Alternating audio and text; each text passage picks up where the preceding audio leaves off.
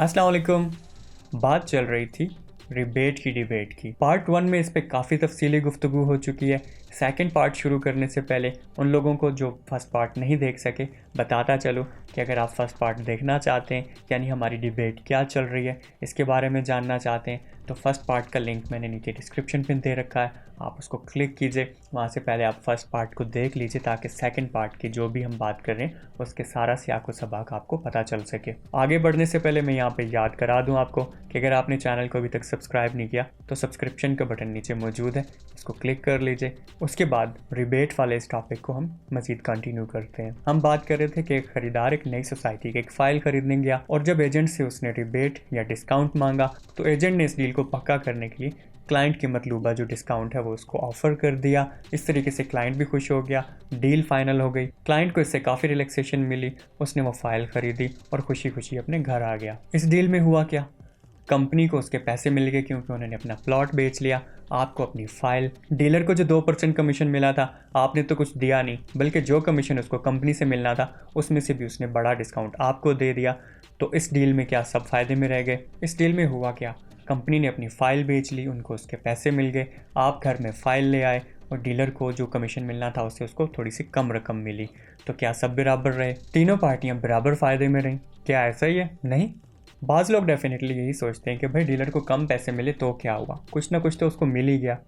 अब ये सिचुएशन उन डीलर्स के लिए जो बिल्कुल नए नए मार्केट में एंटर हुए हैं या बिल्कुल कैरियर का स्टार्ट कर रहे हैं, उनको तो अगर 10-15 हज़ार रुपये किसी डील के एवज मिल गए और उन्होंने अपने घर के अखराजात भी नहीं चलाने, तो उनके लिए तो डेफिनेटली ये रकम बहुत होगी और उनको कोई परवाह भी नहीं होगी। लेकिन अगर वो डीलर समझदार है, एक्सपीरियंसड है, उसके ज़िम्मे बहुत से अखराजात हैं, तो 30 लाख की इस बड़ी डील के एवज जिसमें से उसको भी हासिल हो सकते थे 40-50 हज़ार रुपये, अब उसको 40,050 रुपये नहीं मिले, बल्कि वो तो सिर्फ 10-15 हज़ार रुपये घर लेके आया। तो वो क्या इस बात को आसानी से हज़म कर लेगा?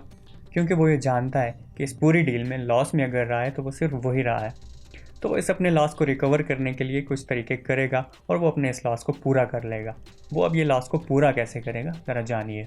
अब अपने अखराजात को मीट करने के लिए जब उसके पास एक अच्छी रकम आ सकती थी और वो डिस्काउंट के तौर पे आपको दे चुका था, तो अब उसने वो खर्चे तो पूरे करने हैं। वो या तो आपसे पूरे करेगा या आप ही जैसे किसी और क्लाइंट से पूरे करेगा। और जब फर्स्ट टाइम सेल हो रही थी, यानी जब आप बाय कर रहे थे, तो आपके पास इख्तियार था क्योंकि आप या तो ख़रीद सकते थे या इनकार कर सकते थे, तो उसने मजबूरी से आपको वो डिस्काउंट उस वक्त दे दिया। लेकिन कुछ अरसे बाद आप इसी फाइल को लेके उसी डीलर के पास चले जाएंगे या किसी और डीलर के पास, यानी आप रीसेल करने के लिए आएंगे, फाइल को डिस्पोज करने के लिए आएंगे। तो अब डीलर्स के पास 100 तरह के तरीके होंगे अपने पैसे और अपने लॉस को पूरा कर लेने के लिए। अब जब वो अपने पैसे पूरे करेंगे तो लॉस में जाएंगे आप। इस लॉस से बचने का एक ही तरीका है, वो ये तरीका है कि आप इस फाइल को ज़िंदगी भर के लिए अपनी नस्लों के लिए अपने ही पास रखें और उसको कभी बेचने ना जाएं। लेकिन अगर किसी भी वजह से या कभी भी वो फाइल आप मार्केट में वापस बेचने के लिए लाए, अब वो अपने उस लॉस को मज़ीद प्रॉफिट के साथ रिकवर कर लेंगे। क्योंकि जब आप स्टार्ट में वो फाइल ख़रीदने गए, डीलर को अपनी सेल की फ़िक्र थी, आपने डिस्काउंट मांगा, वो आपके ढाह चढ़ गया, उसने आपको डिस्काउंट दे दिया। लेकिन मार्केट की ज़बान में अब आप उसके ढाह चढ़ गए हैं क्योंकि अब आप उस फाइल को बेचना चाहते हैं, आपकी ज़रूरत है। आप अब ये समझ लें कि आप अब भी फ़ायदा उठाएंगे, ऐसा मुमकिन नहीं है। अब जो लॉस होगा वो लॉस क्लाइंट का होगा। क्लाइंट इस लॉस से कैसे बच सकता है? अब रीसेल की सूरत में एक ही सूरत है कि जब उसकी और उस डीलर की आपस में गुडविल जेस्चर इतना ज़्यादा हो कि वो एक दूसरे पे एतमाद करते हो, तो इस सूरत में डीलर ज़रूर ख्याल रखेगा और आपको लॉस से बचा लेगा, वरना दूसरी सूरत में आप लॉस उठा के ही जाएंगे। और ये उल्टा चक्कर शुरू ही क्यों हुआ, यानी ये क्यों है कि क्लाइंट ही हमेशा एट द एंड लॉस में रहेगा? इसकी एक वजह यही रिबेट का चक्कर है। जब से ये रिबेट का चक्कर शुरू हुआ है तो ये प्रॉब्लम सामने आने लग गए हैं, क्योंकि ख़रीदार ख़रीदारी से पहले ही पूछने लगता है कि मेरा कितना रिबेट है, मुझे कितना हिस्सा मिलेगा। तो इसने इस पूरे सिस्टम को चकरा के रख दिया है। अब अगर ये ख़रीदार कोई भी चीज़ मार्केट से ख़रीदने जाता है तो एक कभी भी डिस्काउंट वहाँ से डिमांड नहीं करता, ताब लगते कि वो मार्केटिंग कंपनी खुद से कोई ऑफ़र कर रही हो।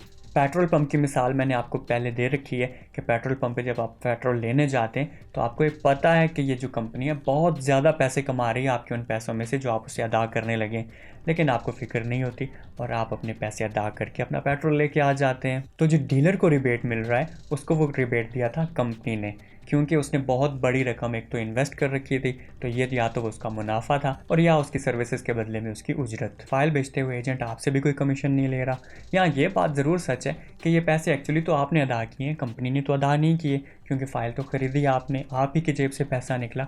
लेकिन इन डीप आप देखिए कि जो आपने 30 लाख इस प्लॉट के बदले में अदा किए थे, कंपनी ये पूरे के पूरे भी तो रख सकती थी, लेकिन यानी डीलर को एडजस्ट कंपनी ने उन्हीं पैसों में से कर दिया जो उसके हिस्से में आए थे। यानी आपके जेब पे स्पेशल कोई बोझ नहीं पड़ा, बल्कि कंपनी ने अपने प्रॉफिट मार्जिन में से शेयरिंग की और डीलर्स को एडजस्ट किया। यानी आपके जेब में से सिर्फ वही 30 लाख निकला। लेकिन अब जब ये सिस्टम ही उलट होने लग गया है तो अब क्या होगा, क्योंकि कंपनी ने डीलर को भी एडजस्ट करना है, आपको भी एडजस्ट करना है, तो अब फ्यूचर में 30 लाख उसकी प्राइस नहीं रखेंगे, बल्कि वो 35 लाख रख देंगे। तो उसके बाद आप खुद समझ सकते हैं कि आपको रिबेट भी मिल जाएगा और आपकी जेब से कितने पैसे निकल चुके होंगे। यानी 30 लाख की बजाय आप 35 लाख अदा करेंगे, रिबेट की सूरत में 20-25 हज़ार रुपये वापस ले लेंगे, बड़े खुश हो जाएंगे कि हमने 20 से 25 हज़ार रुपये बचा लिए, लेकिन एक्चुअली आपकी जेब से 3-4 लाख रुपए ज़्यादा निकल चुके होंगे। और अगर प्लॉट की इन कीमतों में इजाफा करना मुमकिन न हुआ कंपनी के लिए, तो फिर डीलर्स आपसे कमीशन लेना शुरू हो जाएंगे, क्योंकि आप उनके पास जब सेल के लिए जाएंगे तो वो अपनी सर्विसेज के बदले आपसे कम से कम आपका 1% कमीशन आप ही से लेंगे। सिस्टम जूं का तूं तभी रहेगा जब सिस्टम से जुड़ी तीनों पार्टियां बराबर ही फ़ायदा में रहेंगी, कोई एक पार्टी नुकसान में नहीं रहेगी। अगर कोई भी नुकसान में हुआ तो ये सिस्टम ही उलट हो जाएगा और एट द एंड फिर आप ही की जेब से ज़्यादा पैसे निकल रहे होंगे। यहाँ समझना ये है कि जब आप कोई प्लॉट बाय करने वाले होते हैं तो आप अपने ही बजट में से एक बड़ी रकम मुख्तस कर रहे होते हैं इस प्लॉट की बाइंग करने के लिए। ये कोई आसान काम नहीं है, काफ़ी मुश्किल काम है और बड़ी समझदारी वाला फ़ैसला है। हर आदमी ये फ़ैसला ले भी नहीं सकता। और एक सूरत और भी होती है कि हर आदमी के पास इतनी इस्तेताद भी नहीं हो सकती कि वो प्रॉपर्टी में अपनी मनपसंद किस्म का प्लॉट खरीद ले। तो ये अहलियत, ये इस्तेताद चंद ही लोगों के पास होती है कि वो अच्छी जगह का प्लॉट खरीदें। तो अब जब आप जेब से इतनी बड़ी अमाउंट निकाल रहे हैं तो उसमें से 20-25 हज़ार का डिस्काउंट ज़ाहरी तौर पे कोई मान ही नहीं रखता, स्पेशली उस वक्त जब इस 20-25 हज़ार के रिबेट या डिस्काउंट की वजह से पूरा सिस्टम ही उलट जाने का खतरा मौजूद हो। अब आप ये सोच रहे होंगे कि ये कैसी बातें कर रहा है, कि ये अपने पैसों के चक्कर में कोई बात कर रहा है, लेकिन ज़रा ये बात समझिए कि अगर ये सिस्टम डिस्टर्ब हो जाता है तो इसकी करेक्शन ऐसा नहीं है कि मुमकिन नहीं है, करेक्शन बिल्कुल हो जाएगी, लेकिन इसकी करेक्शन यहाँ दोबारा सोच लीजिए कि आप ही की जेब से होगी, आप ही उसके पैसे अदा करेंगे इस सिस्टम को करेक्ट करने के लिए। चाहे इनिशियली पहली डील के वक्त आप अपने 20-25 हज़ार रुपये बचा चुके होंगे। अभी तो ये कुछ अर्सा 20-25 हज़ार वाला डिस्काउंट शायद चलता ही रहे, क्योंकि आहिस्ता आहिस्ता ये लोगों को पता चल रहा है कि बीच में कुछ डिस्काउंट होता है। लेकिन डेफिनेटली जब एट द एंड डीलर को बहुत कम पैसे बचेंगे तो फिर वो कमीशन लेना स्टार्ट होगा या कंपनियां कीमतें बढ़ाएंगी। प्लॉट बहरहाल आपने डीलर से ही लेना होगा। आप ये नहीं सोच सकते कि आप कंपनी से डायरेक्ट जाके ले लेंगे, क्योंकि कंपनी आपको डायरेक्ट बेचे तो वो इतने पैसा इकट्ठा नहीं कर सकती जितना कि वो ऑथोराइज डीलर को जब पूरी की पूरी लॉट बेच देते हैं तो अरबों रुपया इकट्ठा कर लेते हैं। तो डायरेक्ट बेचने में कंपनी इतना फ़ायदा नहीं उठा सकती, उसका फ़ायदा डीलर ही के थ्रू बेचने में है। यहाँ आप और मैं कोई भी टारगेट अचीव करने के लिए काफ़ी ज़्यादा कंप्रोमाइज़ कर लेते हैं, लेकिन ये कंपनियाँ अपने फ़ायदे के अलावा किसी किस्म का कोई कंप्रोमाइज़ नहीं करती।